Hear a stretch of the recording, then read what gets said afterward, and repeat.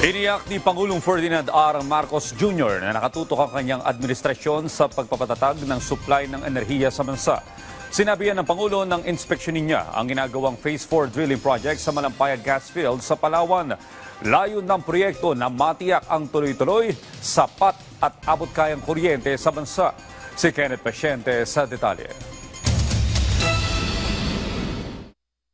Personal na binisita ni Pangulong Ferdinand R. Marcos Jr. ang Noble Viking drilling rig sa Malampaya, Palawan. Para kanyang makita ang ginagawang Phase 4 drilling project para sa paghahanap ng bagong gas wells. Layunin ng proyekto na masiguro ang supply ng kuryente sa bansa. Ayon sa Pangulo, 20% ng kuryente sa Luzon ay nanggagaling sa Malampaya Gas Field. Ito ang ginagamit na enerhiya sa mga tahanan, paaralan, ospital, opisina at pabrika. Pero aminado ang Pangulo na manipis na ang reserba, kaya malaki ang papel ng Phase 4 drilling project. Ang pagbisita ng Presidente sa Malampaya ay pagpapakita ng suporta ng pamahalaan sa proyekto. Ayon sa DOE, maganda ang itinatakbo ng drilling project sa Palawan, lalo't 2 sa 3 drilling wells ang may potensyal para sa natural gas. Kasi this provides energy also to the country and it's indigenous. Kahit maggera man kung saan-saan na part ng mundo, safe tayo, maproprotektasyon na natin kasi atin yon.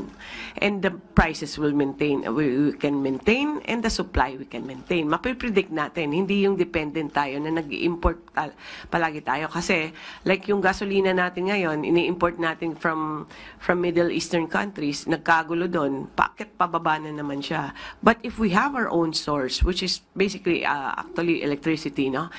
This will make sure that our prices are steady. Sinabi ng DOE na marami ang nagpapakita ng interes sa posibleng joint exploration sa Pilipinas, pero nakakaapekto rin daw ang tensyon sa West Philippine Sea. We have offered those areas but there are no takers. So I don't think the investors would risk it also. Meron nga tayong existing din na contract na nandun na on that line, but it hasn't been explored yet because there are still uncertainties na. Kenneth Pasyente para sa Pambansang TV sa Bagong Pilipinas.